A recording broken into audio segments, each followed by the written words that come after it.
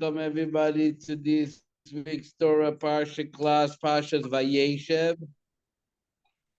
And Parsha's Vayeshev, chapter 37 in the book of Bereshit, is a Parsha which begins with dreams, and it will continue in more dreams into the end of the Parsha, and more dreams into the following Parsha. This Parsha we're going to read start with Yosef's dreams. Then we're going to read about the dreams of the baker and the butler in the end of the Parsha. Next Parsha, we're going to read about the dreams of Pharaoh. So there is going to be a lot of dreaming going on. And hopefully that while you dream, you also sleep. Sometimes people dream without sleeping. Daydream. And we'll talk about it too. What is a daydream? So all this and more, I'm going to try to discuss in tonight's Parsha. But we have to start somewhere. So, but I would like to start being that dreams is a very big discussion. I want to tell you first an interesting medrash. The medrash tells us that this week's Parsha, which has 112 verses, says the medrash that more than 100 verses of this Parsha, and you can look it up in your Chumash, start with the letter Vav. Matter of fact, there is only 8 verses which doesn't start with the letter Vav. From the word Vayeshev, the next verse is the Aleph, and then you get verse 3, Vayisol, verse 4, Vayiru, verse 5, Vayachaloi, verse 7, Vayine. Move random, any page you move, you look the verses, Vayimtza, Vayehi, Vayazo, Vayemahen. A lot of Vavs. Says the Medrash, listen to the words of the Medrash. Medrash Lekach says the Medrash, הפרשה כולה, התחלת הפסוקים הוא באות ו' חוץ משמונה פסוקים. This parsha begins all with the letter Vav, with the exception of 8 verses.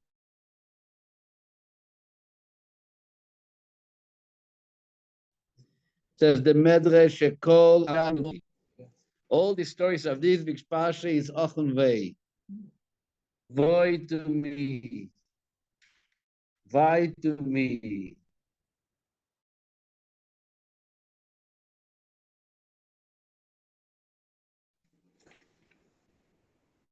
Letter Vav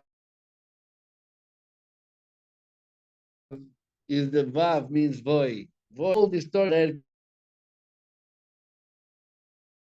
that Yosef, the selling of Yosef. Vai.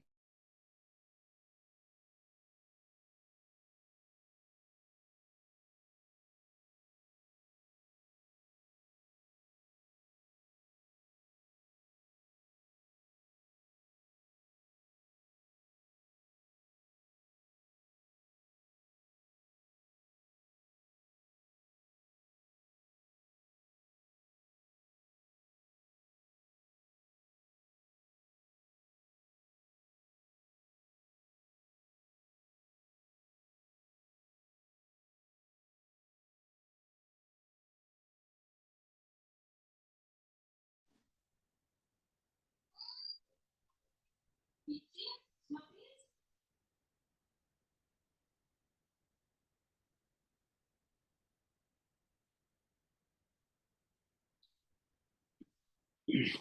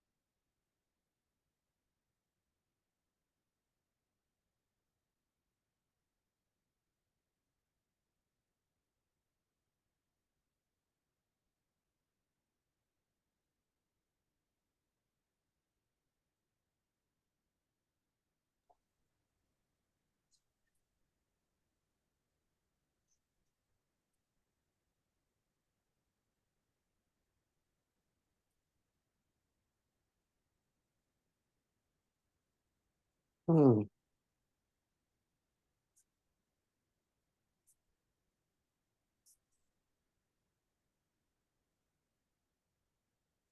Mm-hmm.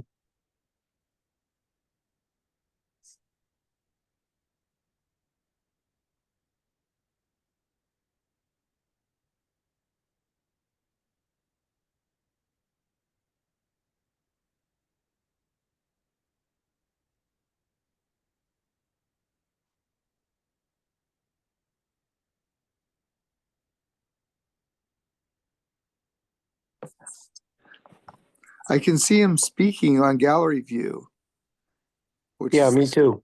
Yeah, but that's too bad. Oh, hopefully it'll come back on. I tried leaving and coming back. That didn't do.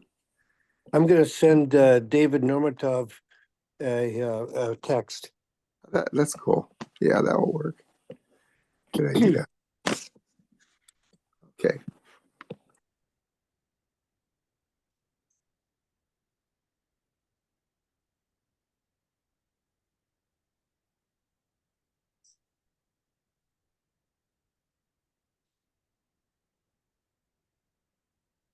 Mm-hmm.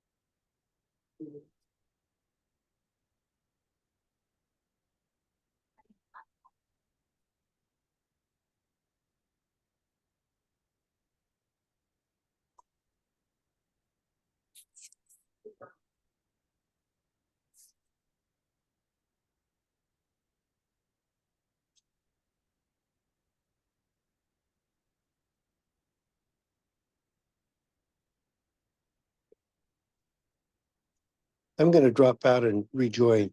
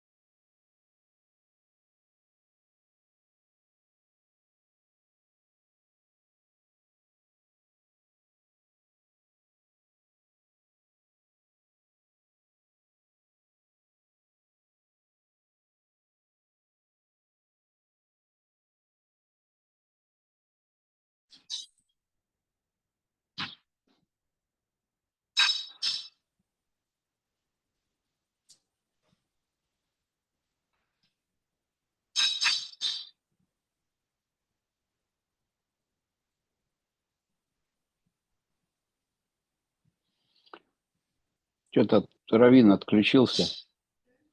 Да, я хотел эту лекцию послушать сегодня, он отключился.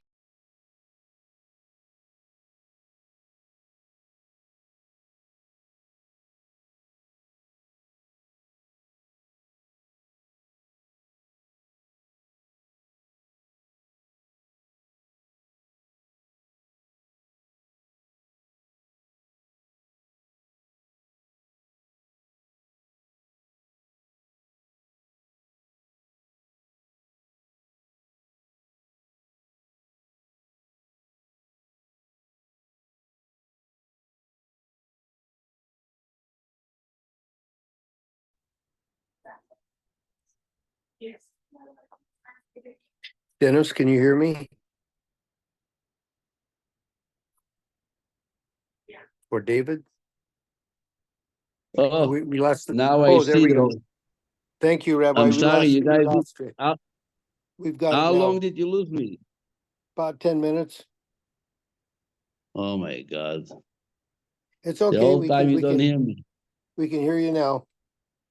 I'm sorry for that. Okay, That's so okay. basically the what we spoke basically is the difference between the first dream and the second dream. The first dream is when Yosef dreamt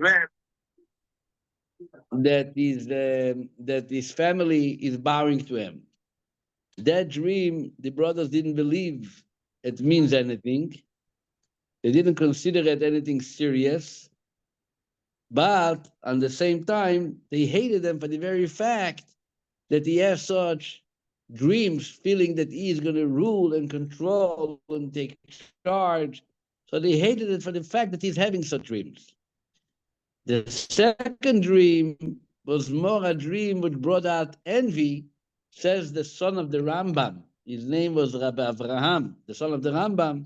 And he said, because envy comes from the fact that I must kind of accept the situation, but I'm very, very not happy with that situation.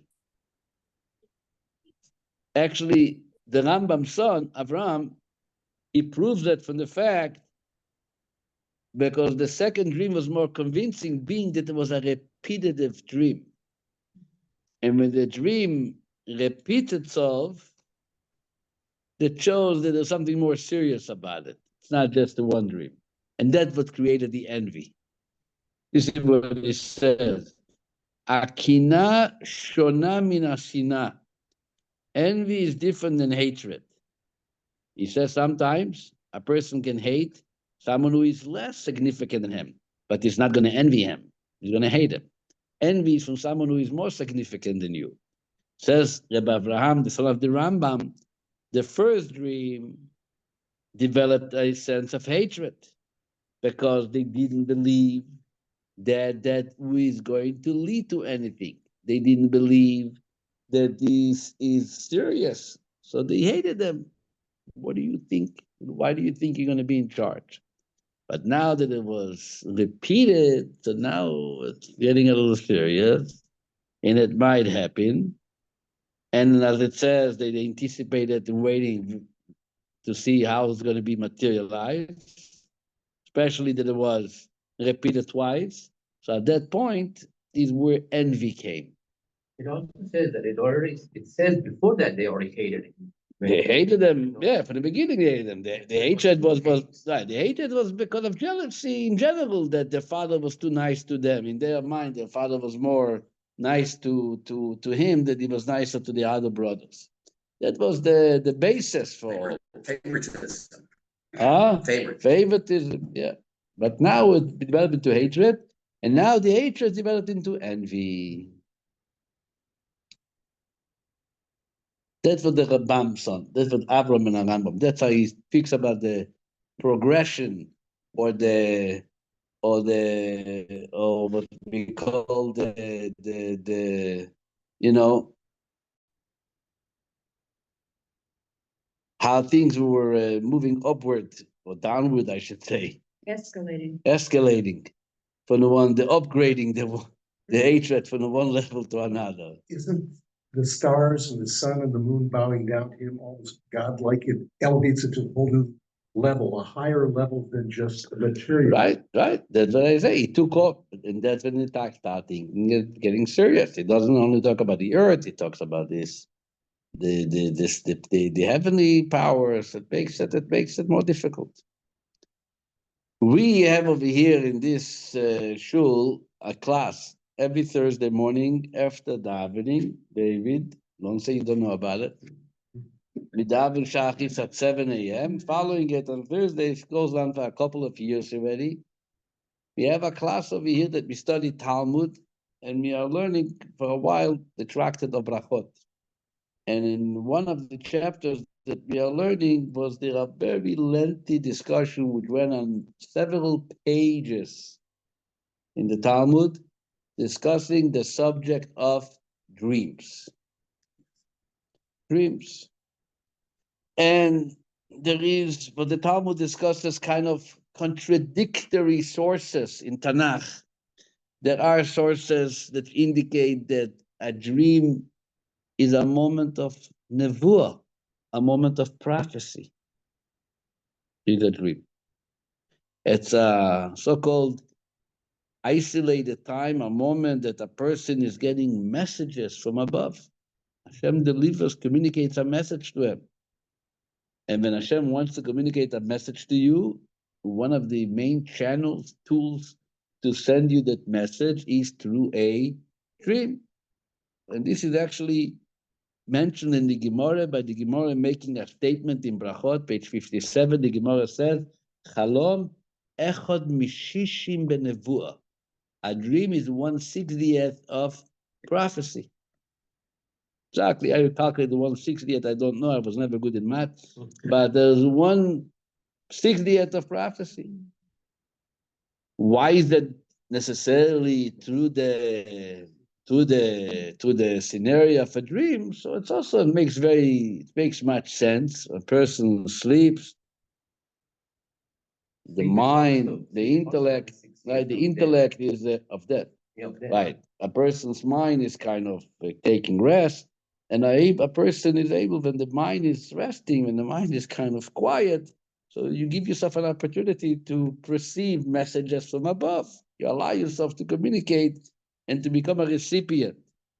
Especially the way the Gemara also says, this is not just Kabbalah. The Gemara says that every night the soul departs the body and reunites with its source above. That's why every morning we make a special blessing, Elokai, Neshama, Shenasatabi, Tehoidai, the soul you had restored it. We thank God and we praise Him for bringing back the soul, especially. This is in one. There's obviously a lot of sources which talk about regarding that, to the point there were even people who used to communicate questions they had, concerns they had, through a dream. That's called She'elat Chalom.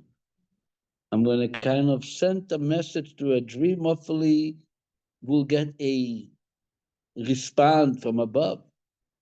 There's actually a book, a halachic book, called Or Zarua. One of the original Balei HaTosfot, when the Tosfot were the original commentators on the Talmud, which lived over 800 years ago. He actually lived in Vienna. Yitzchak Or Zarua. I have the book at home. It's a book which is being quoted a lot in halachic sources. And he has a question that he says, I made a dream communicated question. What was this question?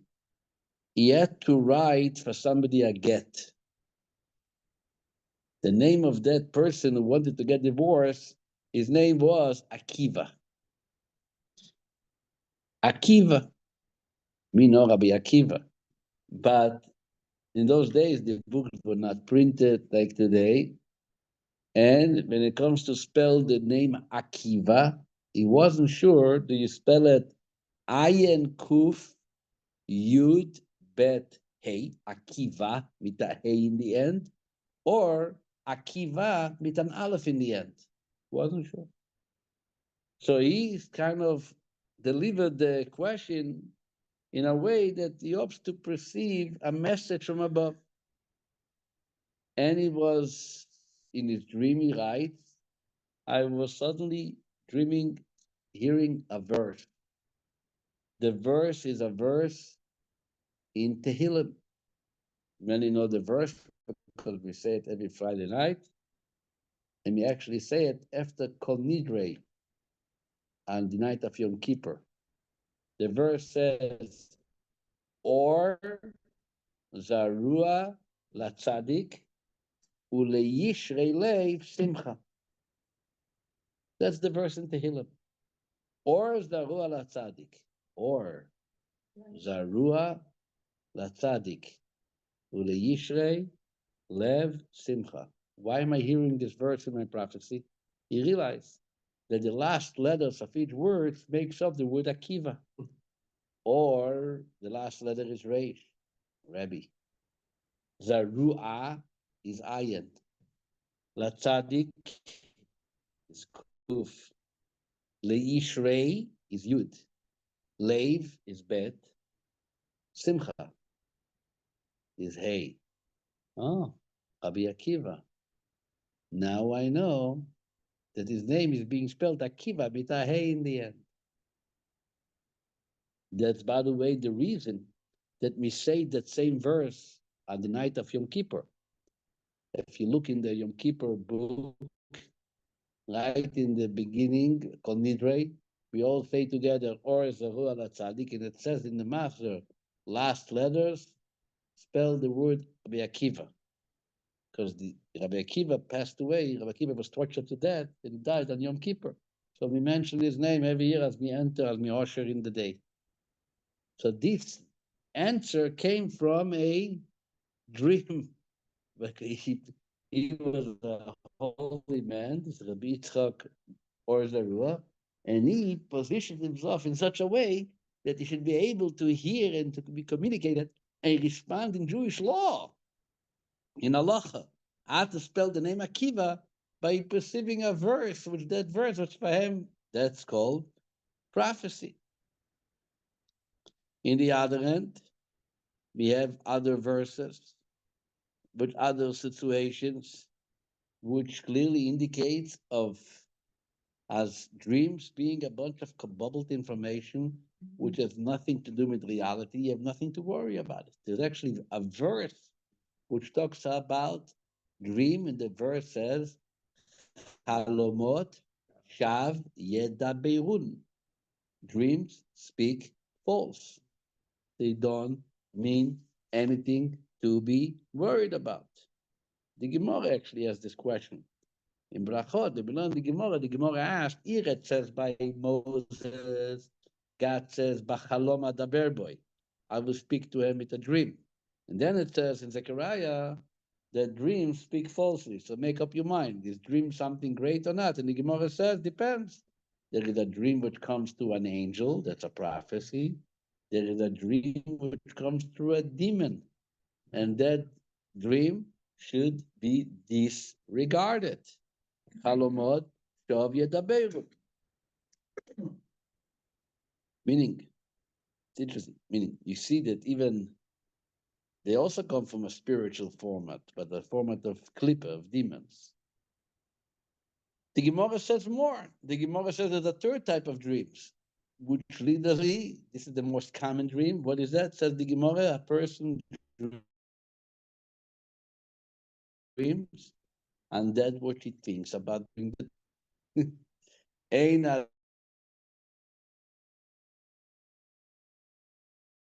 marim lo la'adam, ela mihirurei 50. You never thought, and you don't consider, you're not going to dream. The Gemara says, you're not going to dream about an elephant entering, remember the Gemara, an elephant entering the hole of the needle. Why don't you dream those dreams? Because you never imagined that happening. So you don't dream about it, but if you would imagine it's happening, you probably will dream about it too. The attitude of those dreams before our friend, what's his name? The Meaning of Dreams. What's the name of the book? Freud. Sigmund Freud. No, what's the name of the book? Not the Meaning of Dreams. The something of dreams. In Hebrew they call it Pesher HaChalomot. Anyway, so even he talked about dreams, and he says it comes from the conscious, from the subconscious, and basically, that these dreams, sometimes dreams kind of powers, which is transcends your intellect, and therefore it comes in the format of a dream, etc., etc. But there is a lot of dreams which the Gemara actually brings a story. It's all in the Gemara Bracha. There's a lot of pages there. It's a story about a great sage, the name of Hananiah, Rabbi Yeshua ben Hananiah. Yeshua Bechanania met the Kaiser, and he went with them to speak about usually Jewish needs, support, government support on behalf of the Jews in Jerusalem. So the one the Kaiser tells them, they say that you are a very wise man and the Jews know it all. Can you tell me what am I going to dream tonight? So Rabbi Yeshua told them, you're going to dream that the Persians, which was his the word, enemies, are going to capture you in captivity, and they're going to make you pasture pigs. You're going to be grazing pigs. All day was thinking about it. That's what they're going to do. That's what I'm going to dream about. And lo and behold, came at night. That was his dream. That is captured by the Persians, and they make him in charge of rolling the field with pigs. So clearly, when you have a dream, one of the most important things is to identify and to try to figure out, is it a revelation of prophecy? Is it a revelation of impurity, the demons taking control over you? Or is it something which is resulting from you subconscious or conscious thoughts that you had during the day? When Yosef has his first dream, they comes, the chiefs are bowing down.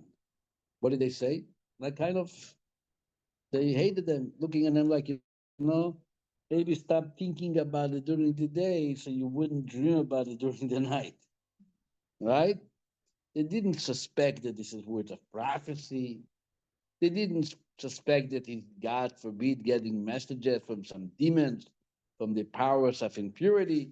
They simply thought that this is a man who sits and fantasizes during the day that he is taking charge on his family, he's becoming the king, he's becoming the ruler, and therefore, as a result of his thought, therefore he ends up dreaming about it. And therefore, there's no reason for envy because it's just a mishugas, something you thought about. But what is it a reason to? The reason to hate. Comes the second dream. Now it's not only the brothers. Now their father. They knew how much Yosef was devoted and how much he respected and how much he looked up to Yaakov.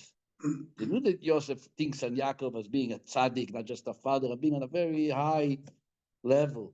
And their mother, and when he comes and he says that they are bowing down, here they got nervous because this doesn't seem that it comes from something he thought about during the day. A healthy child, even a not so healthy child, doesn't think, he doesn't fantasize that my father to bow down for me. The father, especially you respect. At that point, they started thinking, oh, like the Gemara says, this is the second type of dreams. This is already nevuah. If it doesn't come from your thoughts, it doesn't come from what you thinking, but rather as a message from above, a communicative message of prophecy. And if it's prophecy, there is some serious substance to it. And that's what the verse says. At that point, it's not anymore.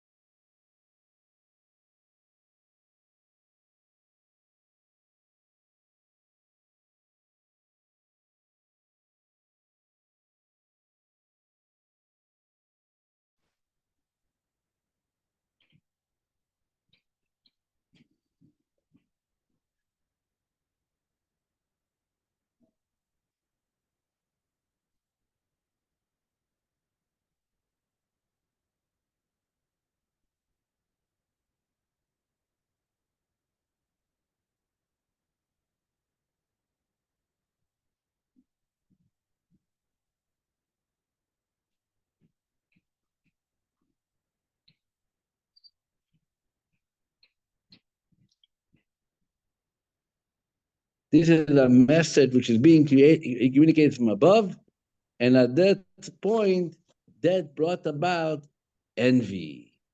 That brought about jealousy.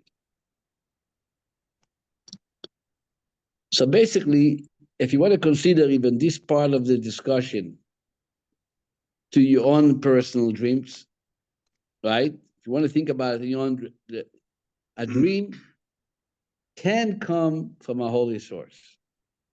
It could. Most of these dreams, the possibility is that it comes hopefully from your thoughts, not from any demons. It can come from there too. Because most people, I don't think, will assume themselves as being sent as messages to prophets. Somebody's taking control on us. Our thoughts of the day take control on us, or the evil inclination. In Hebrew, they say mistalbet, tries to kind of also take charge.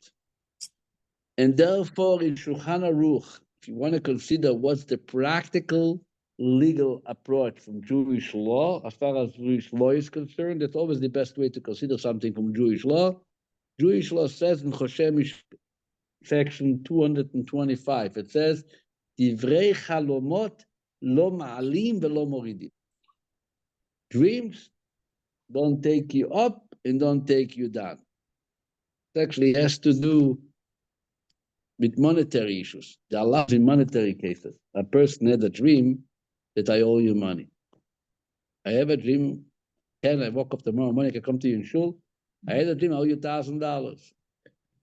Says the halacha, I don't have to tell it to you, and I for sure should not pay you, because it was just a dream above a mice. Even though, it's interesting, even though the halacha says that some parts of the dream were validated. For example, your father came to you in a dream telling you that the money which is lying on this and this shelf that you never knew about, by the way, actually belongs to tzedakah. It doesn't include the Yisat Torah Center, just for the sake of argument. The stam tzedakah. You wake up, you go to that part in the house, you check that shelf, and lo and behold, there is $1,000 there. Then you're going to tell yourself, 1 second, the dream is validated.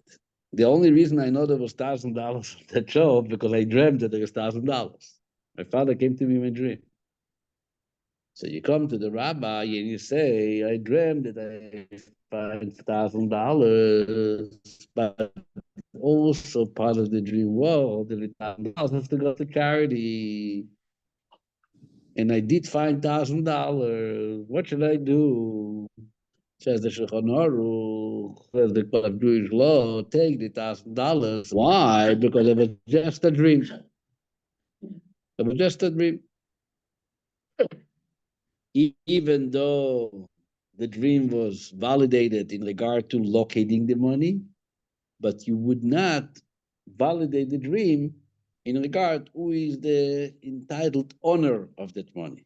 This is the general approach that we have in regard to dreams, also in a lot of the Rebbe's letters, matter of fact. And he speaks about people who wrote to the Rebbe, they have dreams and occurring dreams. The Rebbe's approach usually was, don't think about them, get your mind into something else, don't consider them, move on. But sometimes there was, like for example, there's a few times letters, people got the Rebbe that the relatives who died are coming to their dreams, they keep on bothering them. What should they do? So the Rebbe used to say to find out if the burial was done properly, if Kaddish is being said for them. They come from you, from the upper world, because they are not settled. They're not settled. There's actually a story with the Спокойной ночи. Reb Zusha Anipoli was a student of the Maggid of Mezrich. And the story goes that once somebody came to him, to the Rebbe, Reb Zusha, and he said, I keep on dreaming a reoccurring dream, that my father tells me that something is wrong with this burial. What should I do? It doesn't stop bothering me. So Reb Zusha said, it must be that one of the workers, the non-Jewish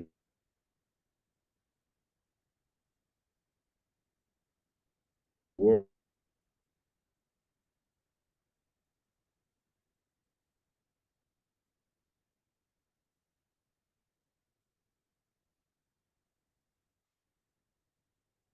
they up the and that might be disturbing your father, the grave. And yes, the coin has a cross on it. Amadan, which that fell out from one of the non-Jewish workers who were, even here in Bikocholim, they used, Gentiles to open the graves in New York and a lot of cemeteries. And they, and he took it away, and that's it. The father never came to bother him again. So there is stories like this. There is ideas like this to make sure that it was done properly, the guy was buried, but to take out money from somebody, so we are not going to rely on a dream. We're going to rely on a dream maybe for something which is to enhance your Yiddishkeit, you enhance your your relationship with God, but to lose money because I dreamt that I owe you money, that's not going to happen. So basically, that's in one end, what? Sorry. That's in one end the general approach, like I said, which we have in regarding to dreams in general. But also there is a possibility that also the idea of Yosef dreaming has to do with who Yosef was. I mentioned in the beginning of class, daydreamers. There was a great rabbi, one of the rabbi of Panovich in Lithuania. His community were mostly perished during World War II. He survived, came to Israel, and he built a yeshiva in Bnei Brak, known as the yeshiva of Panovich. Originally, it was a very strong yeshiva. Today, it has some major issues, but there was originally a big yeshiva. And he was a very special man, a great Torah scholar, was a rabbi in Lithuania before the war, of a very strong scholarly Jewish community. They say that he was one of the best fundraisers after World War II. He was able to build a huge institution in times when the Jewish nation was so small, especially the people who recognized the value of yeshiva. In the late 40s, he was already traveling to fundraise in Europe, then came to America in the early 50s. There's a picture actually, but with him and the Rebbe at a wedding in New York in the 1950s, early 1950s, the Panovich Rosh Yeshiva of Kahneman. One of the stories they say about him that he came to London, he went to a Jewish individual, and he tried to make a pitch for the yeshiva he's going to build. And he describes it to be a big building. The building exists still today, by the way. They have an Italian ark made out of gold that was brought from Italy to that yeshiva. You can look it up, even probably on the internet, Panovich. He went and made a pitch, and he starts talking about the yeshiva. Hundreds of students are learning. And the guy says, Rebbe, what are you talking about? There's no more yeshiva students. They were all burned down in Treblinka in Auschwitz. There's nothing left. What are you talking about? A yeshiva, the building. And he used the term, this individual told the Panovich Rav, he says, Rebbe, you're dreaming. The Cholams. So the Panovich Rav responded, he says, I'm dreaming, but I'm not sleeping. I'm dreaming, but I'm not sleeping. We had a whole shkuna, and a whole neighborhood in Ashdod was called Ponovich. Yeah. The idea of Yosef, and this what makes actually Yosef, and why was he the one dreaming, and differentiates Yosef from the rest of his brothers. He had a different life mission than his brothers. This is something which is being discussed in Hasidus and in Kabbalah. It was a different soul, a different type of soul. Yosef was not a shepherd. His brothers were shepherds. He was not a shepherd. Matter of fact, he ends up his life in a complete different agenda than a shepherd. He's ruling a country, a superpower country, Egypt, with the greatest ideas how to make it more prosperous and how to develop it and how to ensure that the economy is stable and so on. Even when he was taking this Parsha to Potiphar's house, that says that he worked by Potiphar, the Targum Onkelos, which is a translator of in Aramaic, but not just a translator, is also a commentary, describes his job in Potiphar's house as being the accountant. Says Vayove Lasis Belachtoi, Sifrei Chush Benayo. He was taking care of the books. The books. Where did he learn math? A shepherd is not learning math. And Chassidus speaks about the fact that a shepherd, which was the rest of the brothers and the main direction of the family of Yaakov, was people who were very much involved in their relationship with God by withdrawing themselves from the physicality of this world, not being interested in dealing with this world.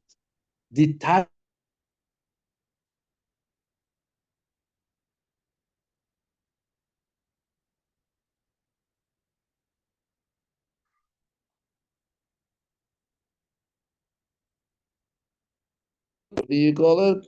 Khalil, yeah. And he sings himself songs, and he pours his soul out to God. And that was King David, that was Moses, that was the brothers of Joseph, that was the tribe. They are not looking to go downtown and figure out the world. They are looking to elevate themselves in the world. Who cares? They're not carrying iPhones. They don't want to hear or see, no WhatsApp, no communication. That was their nature. This is a special type of godly service which looks away from the world. Yosef Finish your thought. Yosef had a different purpose. And Yosef, because of his purpose, he was a daydreamer. He was dreaming and looking for ideas and considerations, how to involve the world and how to bring the higher worlds, the lower worlds, the world in general, into a recognition of what their purpose in life is.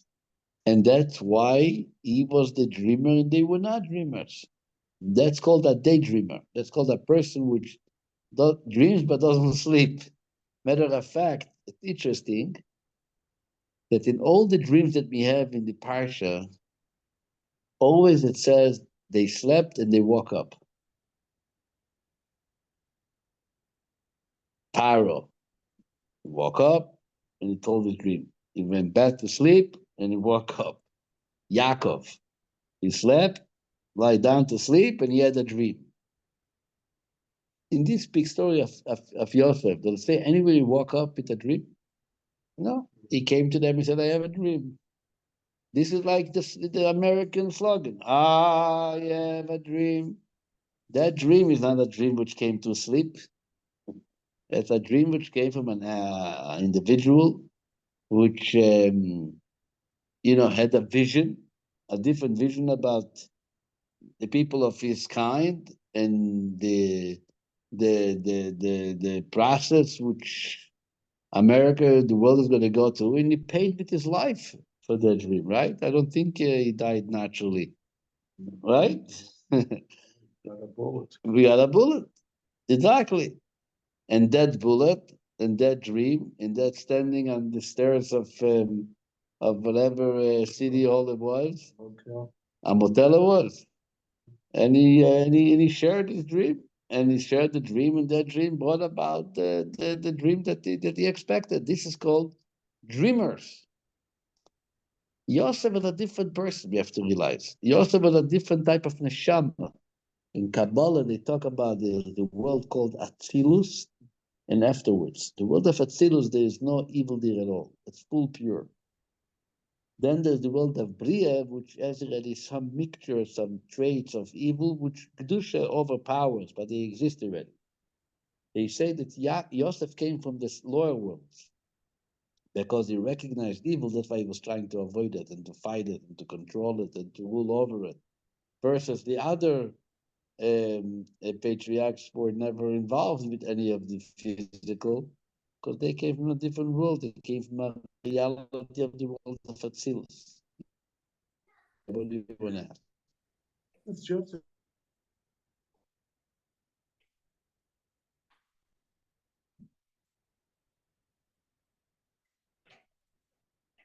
Shepherd. A period of time. And then he would rose. It doesn't say this. Verse number two. Descendant of Tideh. Joseph was 17 years old for many years.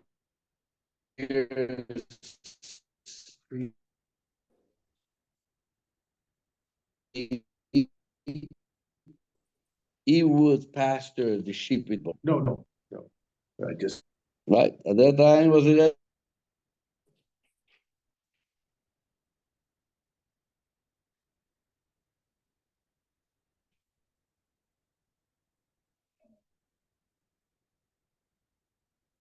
for them that later, when they came down to Egypt, they didn't even recognize them, right? Why didn't they recognize them? Obviously, there was 22 years different. And he looked, right, from 17, 22 years later, things look a little different. But I will tell you the honest truth. I come to New York sometimes, and I see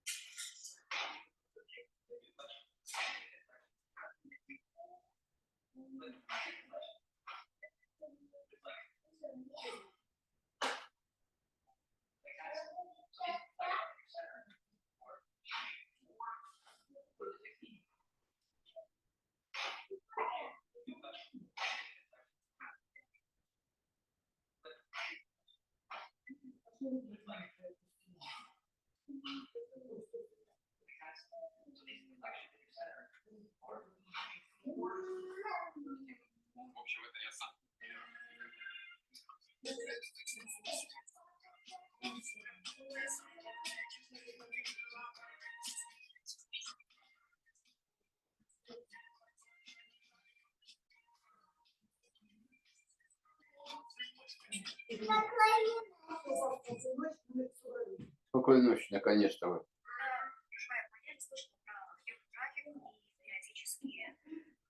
Периодически на телефон приходят оповещения, периодически, знаете, ходят эти большие магазины, не помню, как называется, Индекс, по-моему, да, там стоят такой с пропавшими детьми и так далее. То есть я еще всегда задавала себе вопрос, ну как могут своровать ребенка, ну как при живой матери рядышком, при родителях, как могут стрелить ребенка. На темной парковке мужчина, который одет был так, как в Майами особо не одеваются, не знаю, как он был очень неплохо одет. Вечером на парковке у Диджи Макса раздавал какие-то журналы, газеты, потом этот журнальчик, трубочка свернутая оказался у нас в ручке машины, да, и потом уже полночи гугля информацию, что же это могло быть, потому что меня это реально напугало.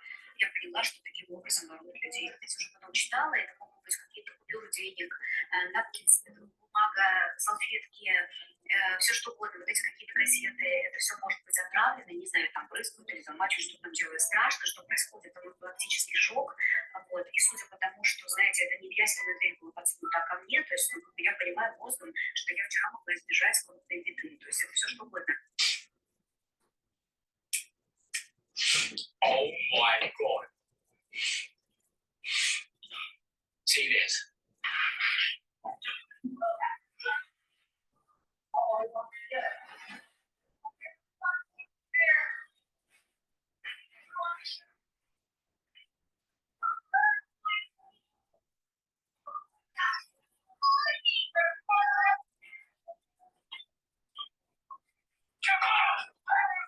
Holiday shop.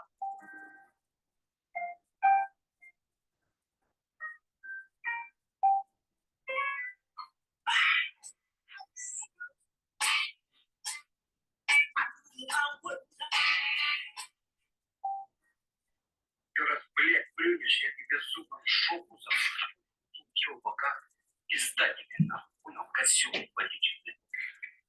Чтоб ты не доживал, блядь. Сволочь. Сука, что за характер такой, а? Ты 2 раза меня, блядь, привел, блядь, козел. Надо только помнить, сучара, блядь. Все пизда.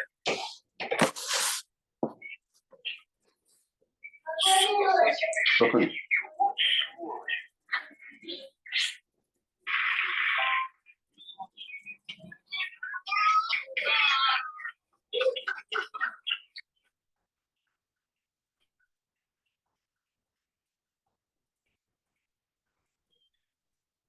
Коррупционный скандал, но на этот раз международного уровня. Или история о том, как наши чиновники зарабатывают на смертях украинских солдат.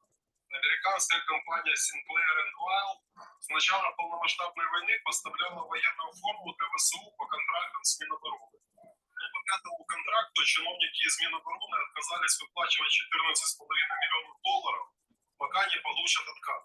Компания Sinclair Wild в поисках правды обратилась в посольство США в Киеве, а также в правоохранительные органы США и Украины.